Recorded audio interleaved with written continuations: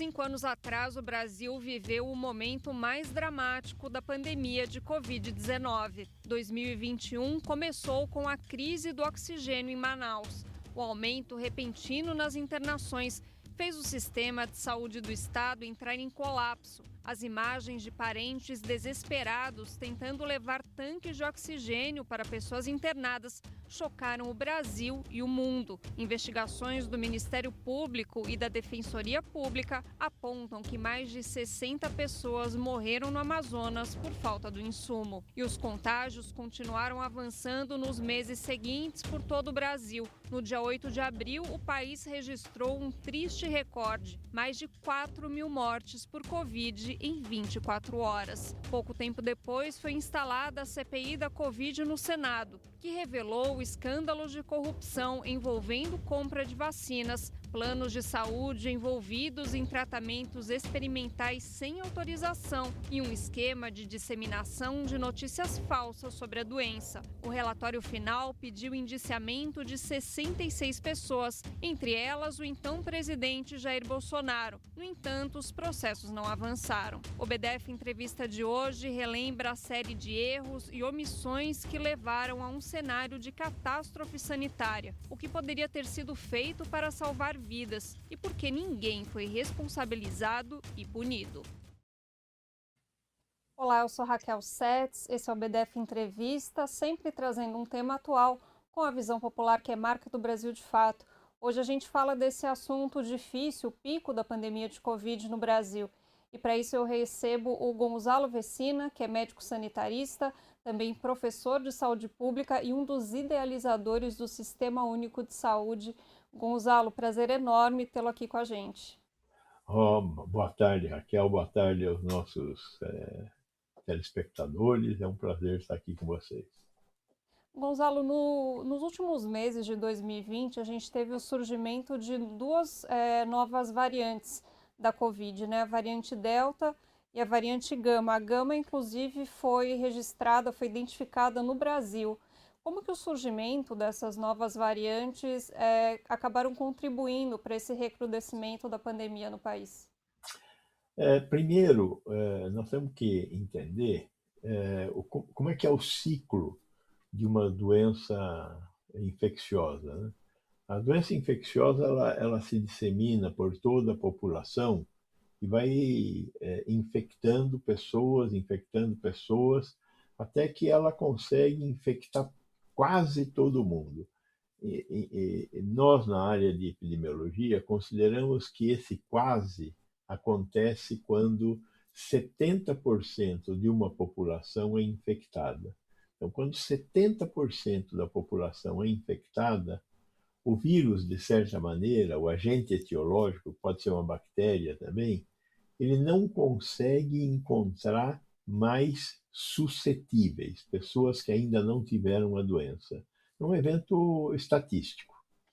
Então, se considera que quando uma população tem pelo menos 70% das pessoas já infectadas e curadas ou mortas, a epidemia passa, né? Por que passa?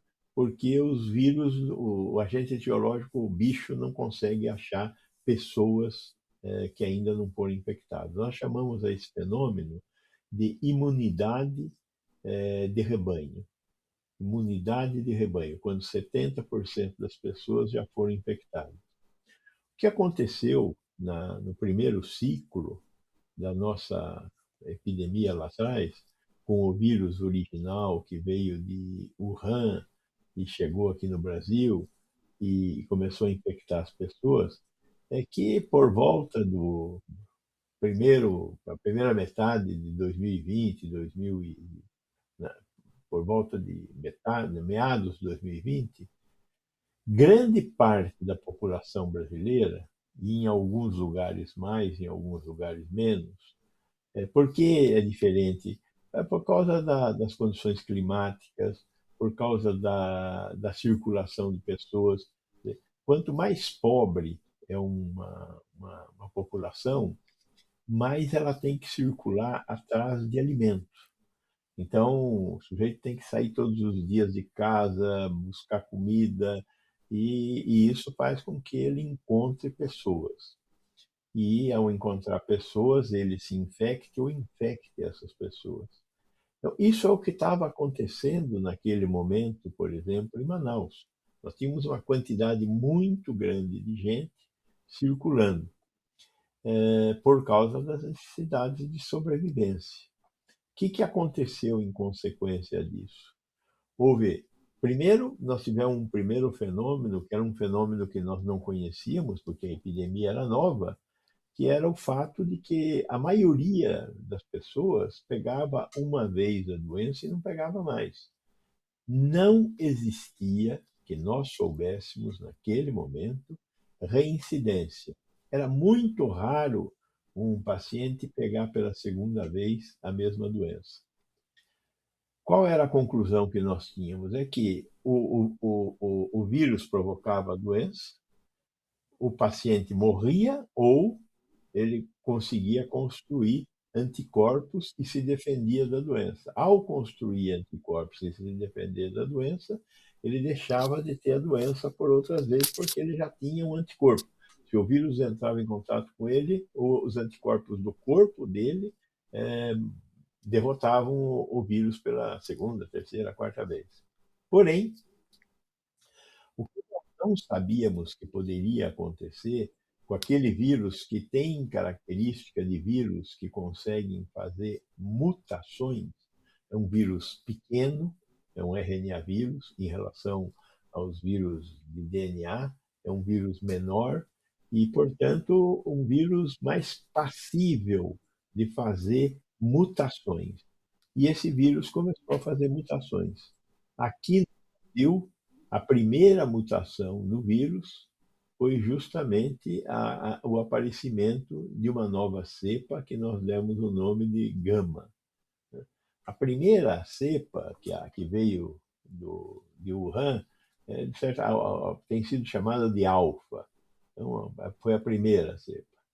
Aí, em Manaus, que é uma dessas cidades mais pobres, nós começamos a fazer, durante o primeiro semestre, nos anos 2020, nós começamos a fazer um acompanhamento da ocorrência da doença. Como é que nós fazíamos esse acompanhamento da ocorrência da doença?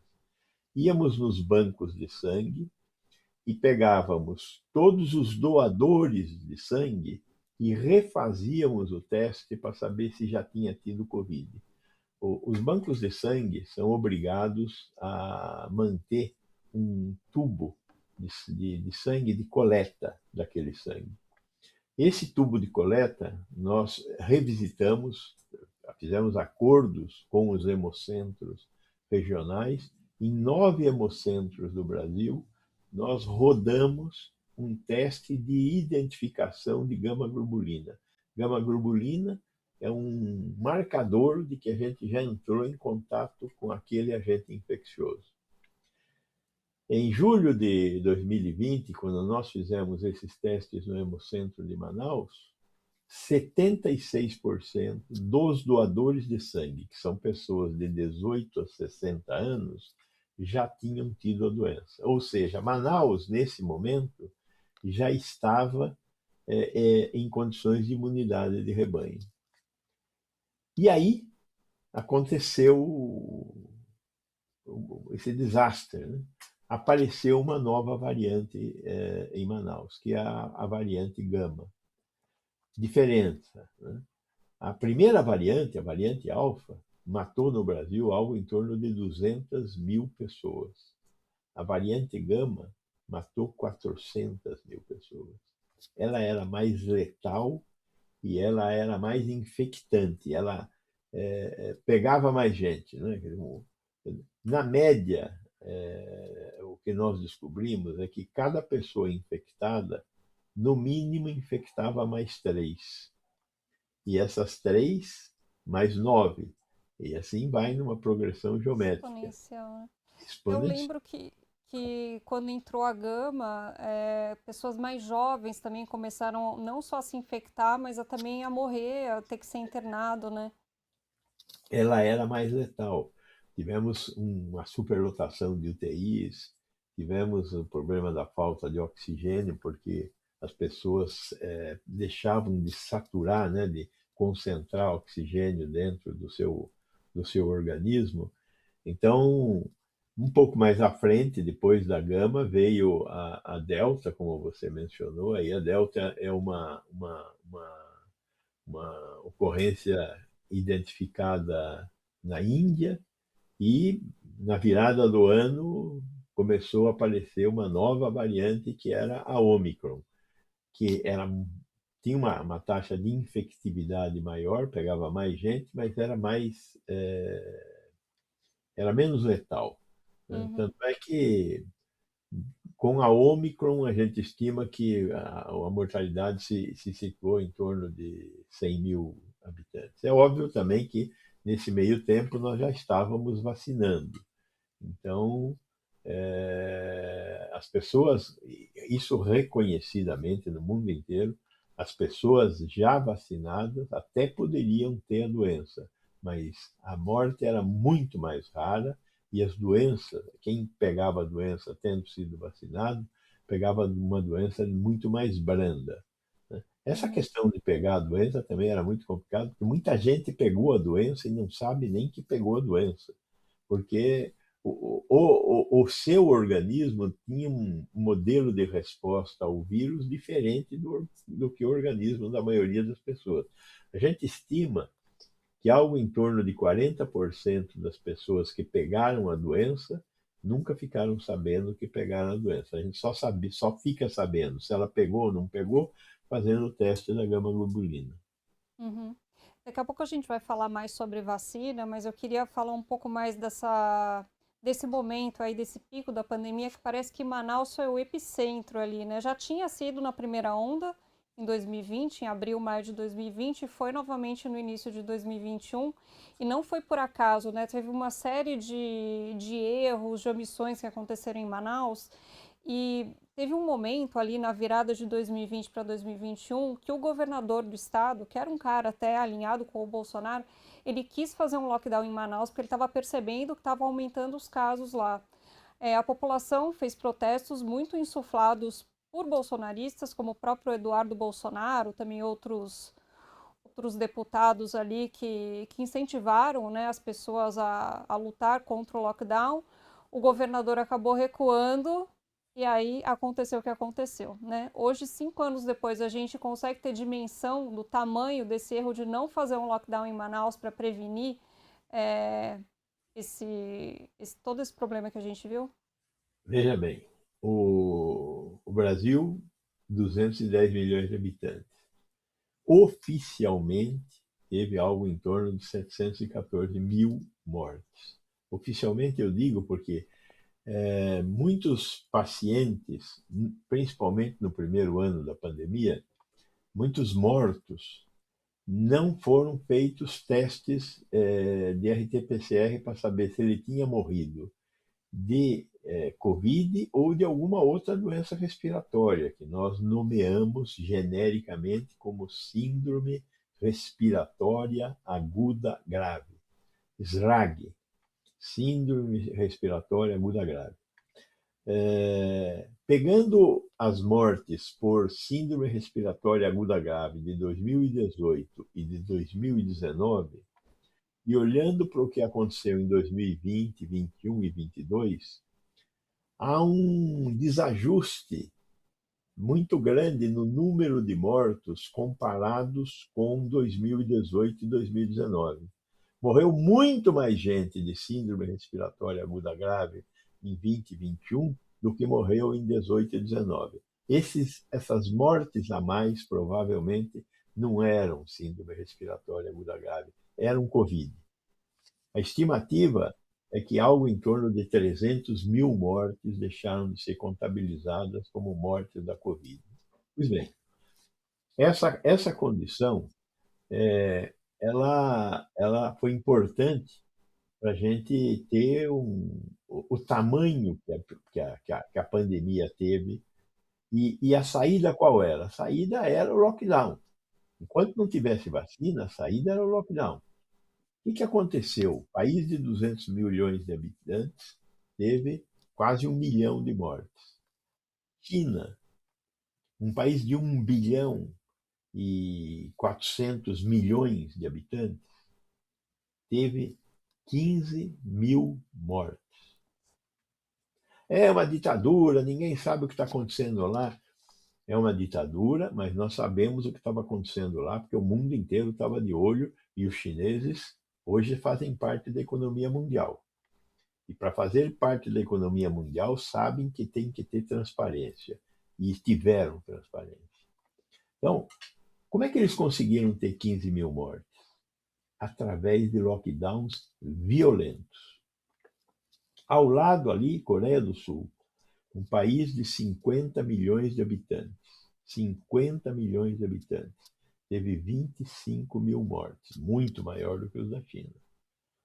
Mas fizeram lockdown. Se o Brasil tivesse tido a mortalidade da Coreia, nós teríamos 100 mil mortes, 4 vezes mais, 50 milhões, 200 milhões de habitantes, 25 mil mortes, 4 vezes mais, 100 mil mortes. Tivemos quase 1 milhão de mortes. Então, qual o nome da receita? Lockdown.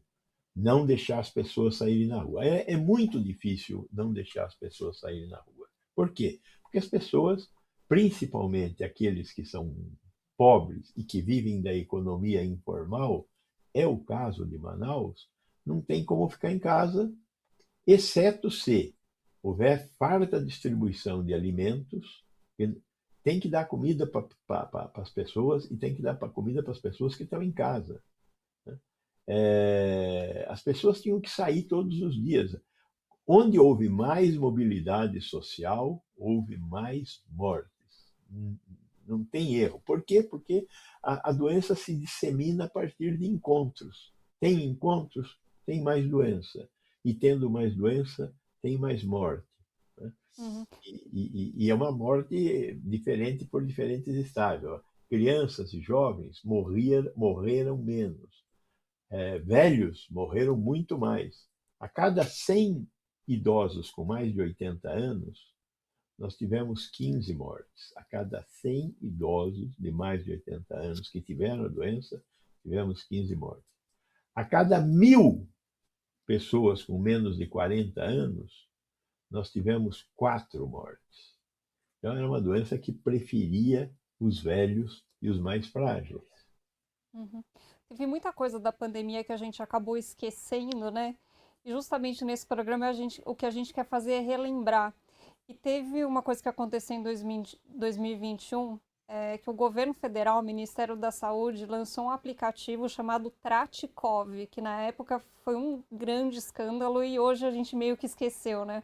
O que era esse aplicativo? Era um aplicativo voltado para médicos, com dicas aí para identificar, para fazer o diagnóstico de Covid e dicas de tratamento. E entre as dicas de tratamento tinha cloroquina, ivermectina, todos aqueles remédios que a gente já sabia, que a ciência já sabia que eram ineficazes contra a Covid.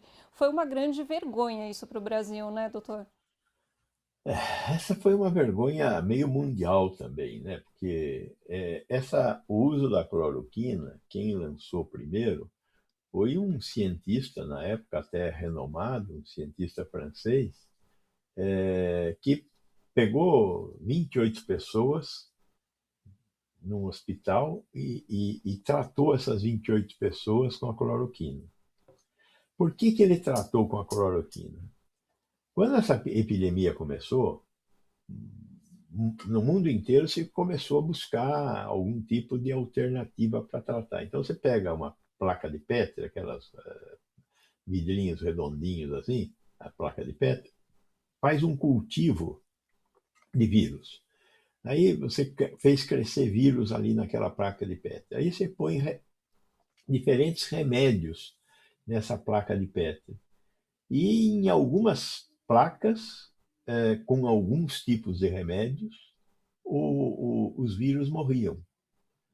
Na placa que foi colocada a cloroquina, os vírus morriam.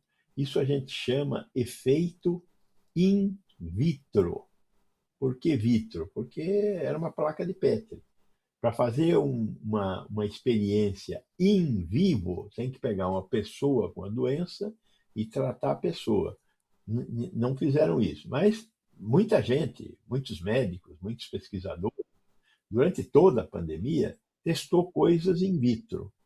A ivermectina, a cloroquina, a hidroxicloroquina foram testadas, teve a proxalutamida, teve mais coisa que foi testada. E in vitro matava. Tinha que fazer o teste em vivo. Aí esse sujeito, Didier, o francês, aí, esse pesquisador francês, ele pegou 28 pacientes, logo no início da pandemia, em março, por aí, pegou 28 pacientes e medicou os 28 que estavam internados e medicou os 28 pacientes com cloroquina. 3 morreram e os outros se salvaram. Ele publicou esse negócio, uma revista importante aceitou essa experiência, porque não dá para falar de pesquisa, porque ele não escolheu quem é que ia tomar remédio, quem não ia tomar. Ele pegou 28 pessoas que estavam doentes, deu para as 28 pessoas, 3 morreram, as outras salvaram. Então, isto aqui salva pessoas. É óbvio que isso é uma grosseria sem tamanho, que posteriormente foi rechaçada pelos pesquisadores, mas tudo isso começou lá com esse médico na França. E, Uhum.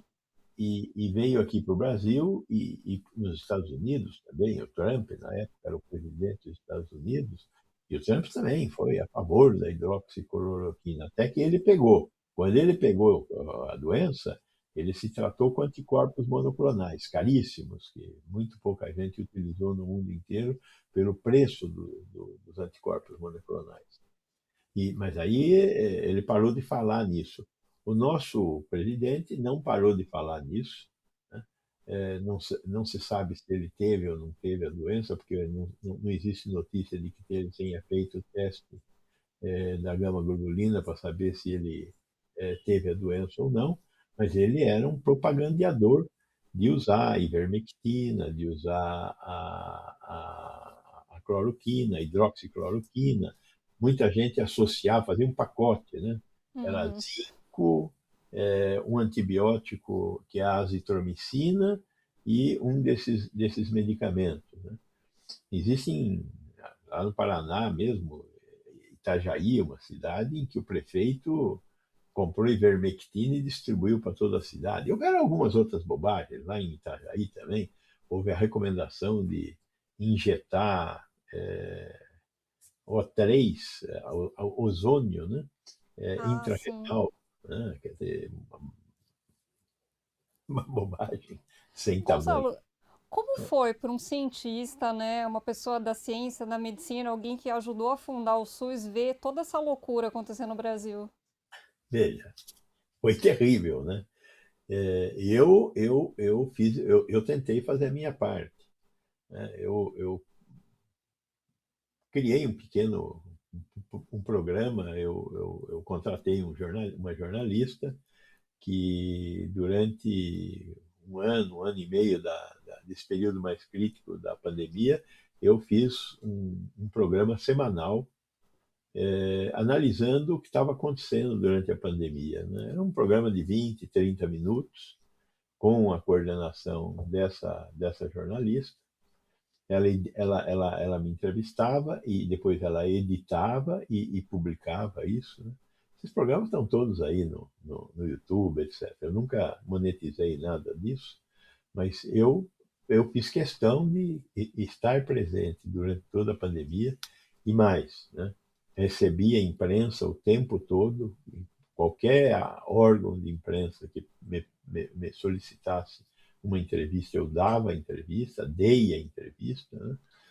E acho que isso teve seu papel. Muitos outros, como eu, fizeram isso, né? Tem muitos médicos e outros profissionais também que se colocaram à disposição para fazer isso, principalmente depois que Bolsonaro também sufocou a imprensa, que é uma coisa que a gente não lembra, mas o Bolsonaro sufocou a imprensa, retirou publicações, daquelas publicações tipo balanço, esse tipo de coisa dos jornais, que é uma fonte de renda dos jornais. Ele retirou essas publicações, diminuiu muito os recursos públicos utilizados para informação do governo federal,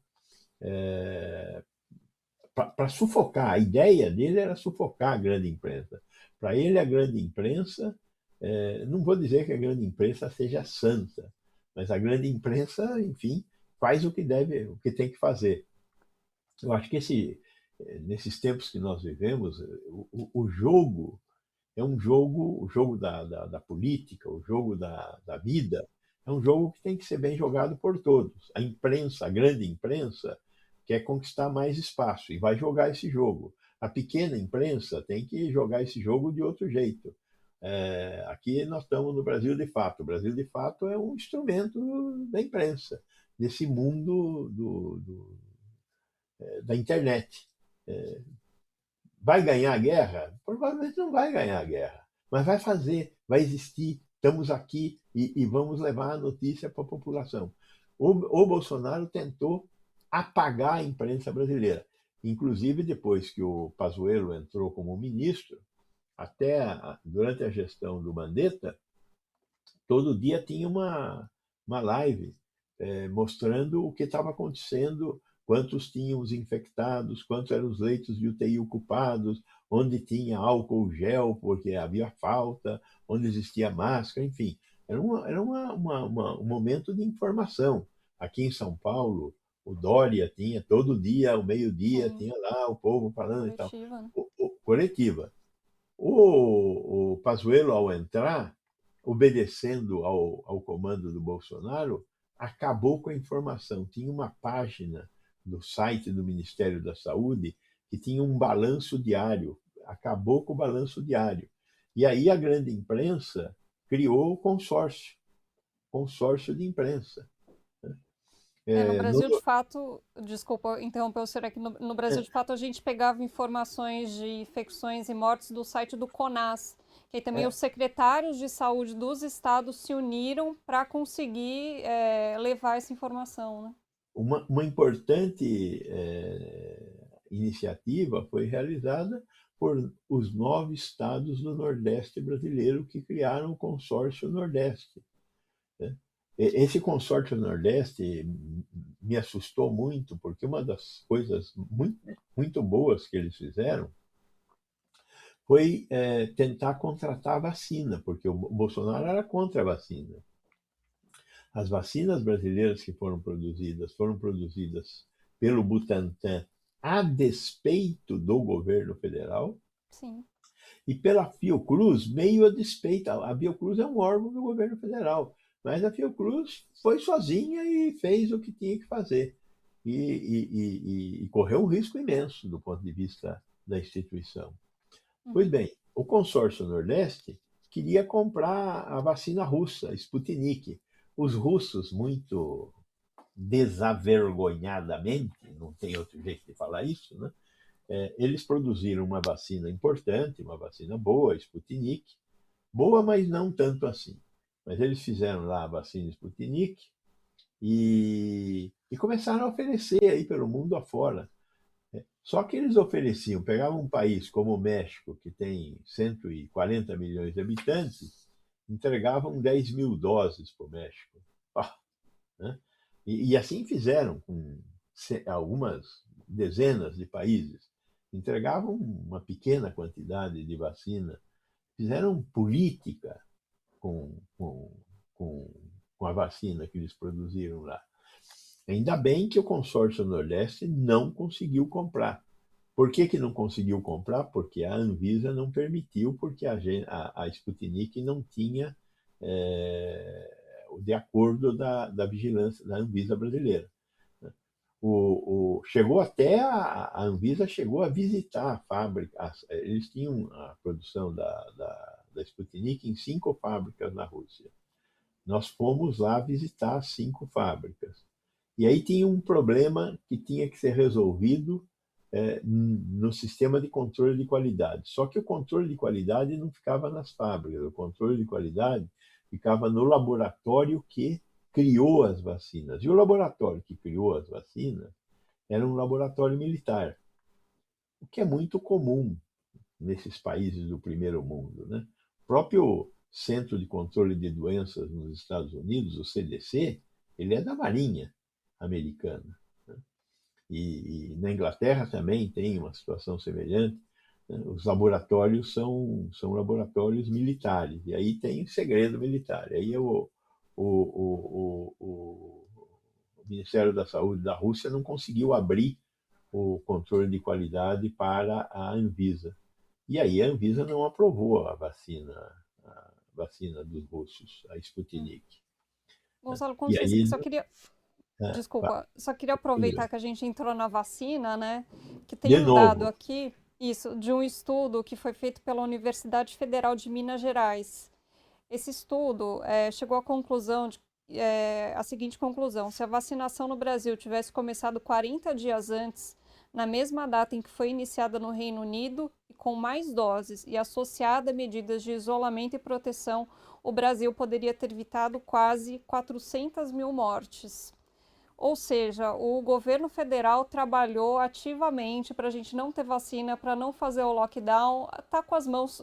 Esse governo Bolsonaro sujou as mãos de sangue, né, na pandemia. terrivelmente, terrivelmente, né? Não comprou vacina, foi oferecida a vacina da Pfizer Sim, por escrito, e há documentação dos e-mails que o presidente da Pfizer no Brasil enviou para o Ministério da Saúde, e o Ministério da Saúde não quis comprar. A única ocasião em que o Ministério da Saúde quis comprar foi quando um laboratório indiano ofereceu a venda para a estrutura de poder do Ministério da Saúde, na época sob o Pazuello, oferecendo para o comprador, para a pessoa que decidia a compra, $1 por vacina vencida. Aí ele quis vendida. Aí ele quis comprar, né? Quando ia ter dinheiro para a turma dele, né? Essa turma que estava lá no Ministério da Saúde tinha sido colocada lá no Ministério da Saúde pelo antecessor, pelo ministro antecessor do Collor, do Bolsonaro, que era aquele deputado federal lá de Maringá, né? Que foi quem também acabou com o sistema de logística do Ministério da Saúde, né? Então, de fato, o Bolsonaro atrasou a entrada da vacina, atrasou a quantidade de vacina. Não fosse o Butantan conseguir produzir aqui em São Paulo a vacina chinesa, nós não teríamos vacina, porque a vacina da Fiocruz só começou a ser distribuída 4, 5 meses depois da vacina do Butantan.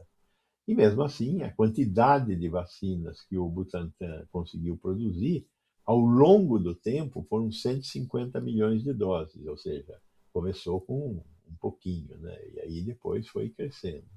Então foi um desastre provocado pelo Bolsonaro. Não só não fez lockdown, não só não conseguiu melhorar minimamente as condições de vida da cidade, como também ele foi totalmente contra fechar a economia. A única sim. coisa que talvez ele pudesse fazer, que eu acho que é uma discussão importante, é a questão das crianças, né?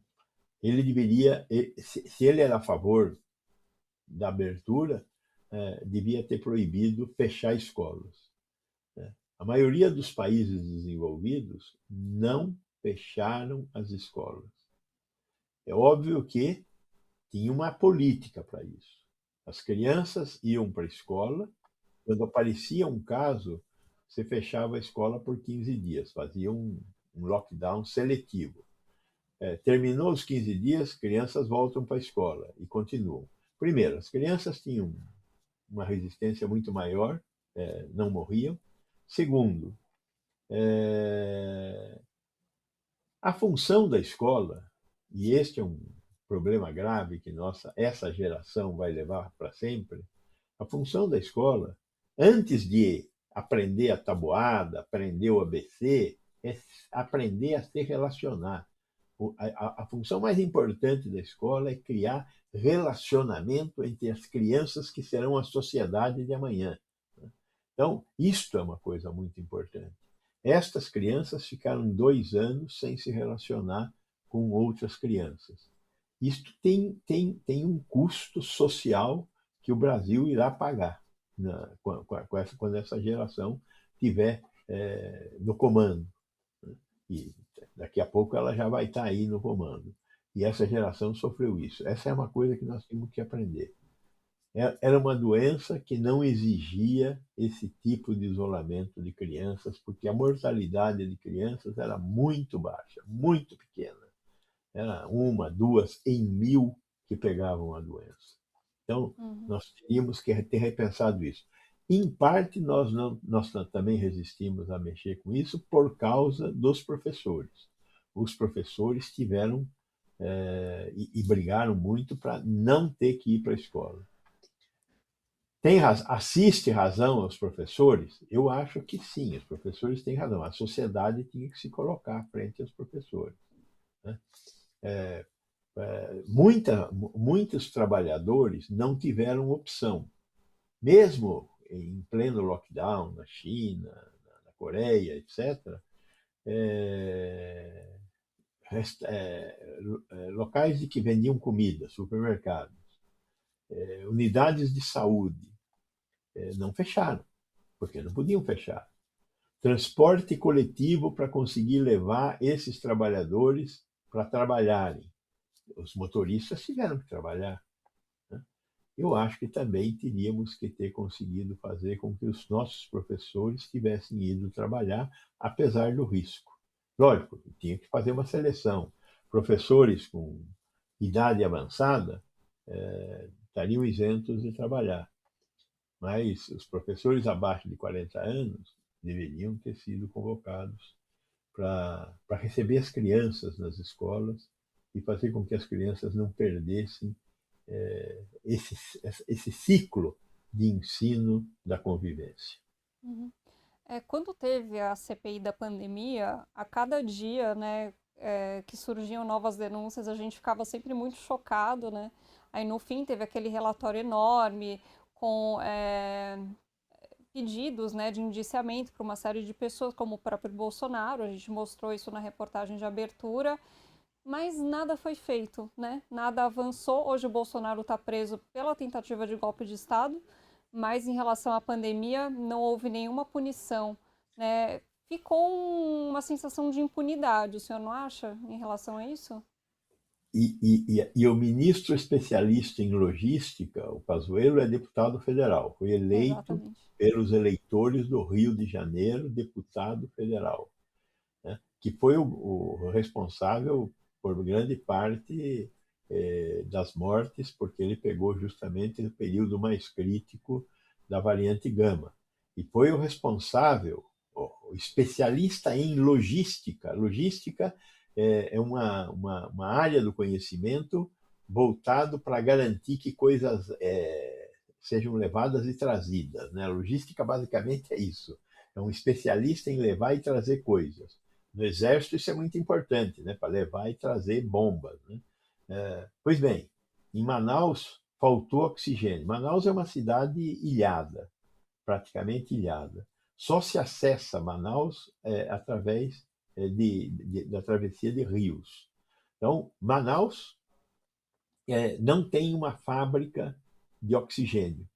Todo oxigênio que chega em Manaus chega através de barcos.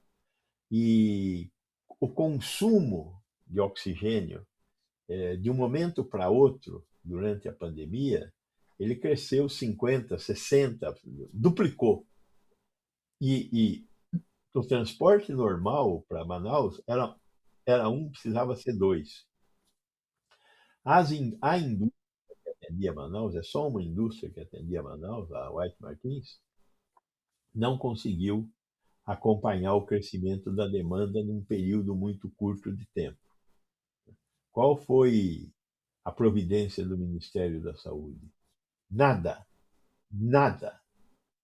O ministro especializado em logística não teve a capacidade de fazer uma ponte aérea levando torpedos para Manaus. Não dava para levar caminhão de oxigênio, mas torpedo dava para levar para Manaus. Não conseguiu fazer essa, essa possibilidade.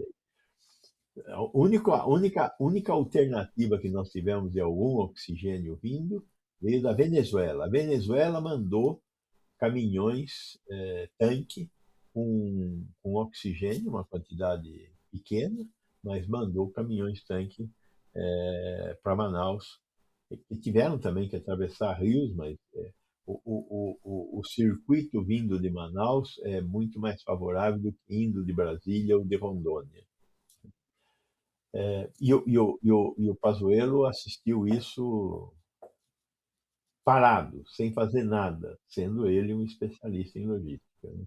O Uhum. outro ministro, o quarto ministro, também foi um desastre, mas no tempo dele essa história do oxigênio já tinha acabado. Sim. Gonzalo, para a gente encerrar, na sua opinião, o que fica de ensinamento depois da gente ter passado por isso? Bom, primeiro, eu acho que nós temos que ter uma capacidade de fazer vigilância do aparecimento de novas pandemias. O Brasil tem 6 biomas. O que é um bioma? É uma situação ambiental, mato, rio, pedra, ambiental, tudo que tem no ambiente, né?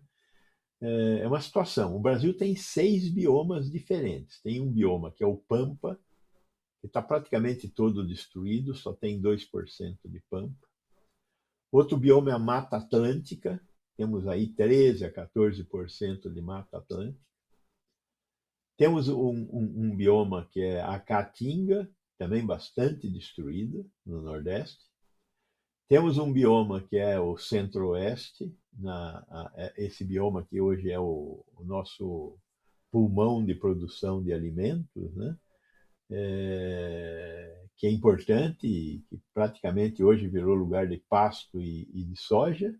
Temos o bioma do Pantanal, que é um bioma muito importante também, e que faz fronteira aqui com o Paraguai. E temos o bioma da Amazônia, né? São 6 biomas.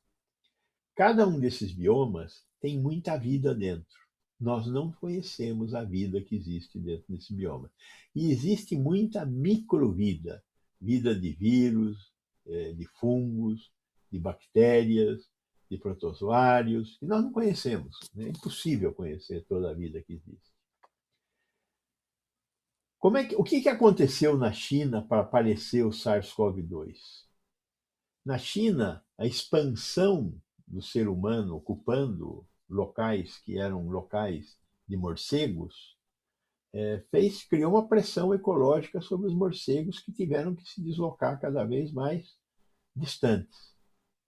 E os morcegos são os hábitats do SARS-CoV-2, onde eles moravam, né? E o SARS-CoV-2, sofrendo essa pressão ecológica, ele começou a buscar alternativas de vida. E aí ele saltou para algum animal, algum mamífero, e esse animal mamífero foi utilizado para alimentar o homem, em Wuhan. E aí começou a pandemia. Começou a pandemia por quê? Porque houve uma pressão ecológica sobre o morcego e sobre o SARS-CoV-2. E o SARS-CoV-2 nos encontrou. Volta e meia nós temos aves que habitam o norte, que no frio descem para o sul e do sul voltam para o norte. E essas aves carregam doenças. E essas doenças eventualmente podem passar para mamíferos, né? Leão marinho, ou mesmo para a nossa criaçãozinha de frango no fundo do quintal. Uma ave dessa está passando lá em cima, vê que tem comida em algum lugar, desce, vai se alimentar com aquela comida e transmite um bicho para as nossas aves domésticas.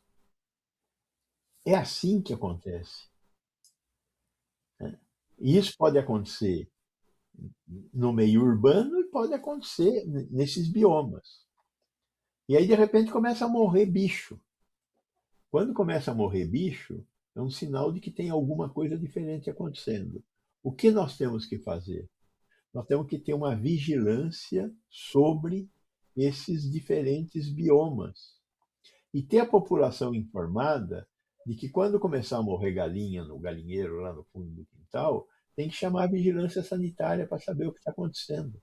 Porque pode ser um bicho que uma dessas aves trouxeram, né?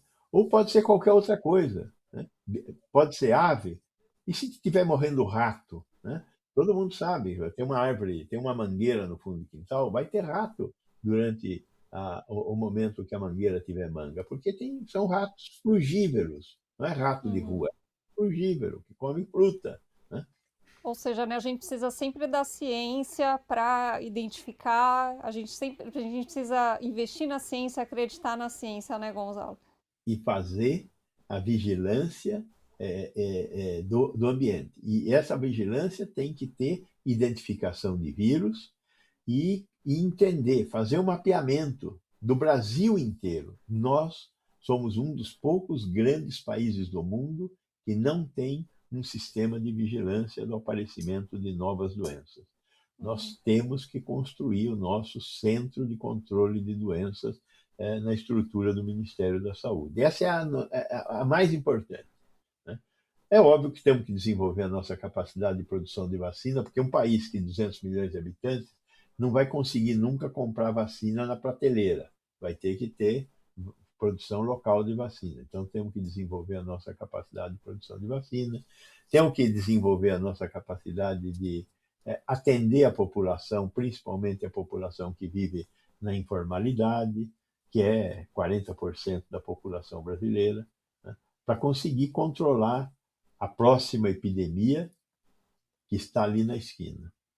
É isso aí. Obrigada, Gonzalo. Foi ótima conversa, viu?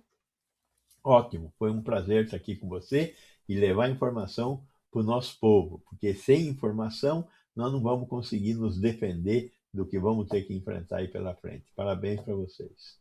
É isso aí. E esse foi o BDF Entrevista. Até a próxima. Tchau.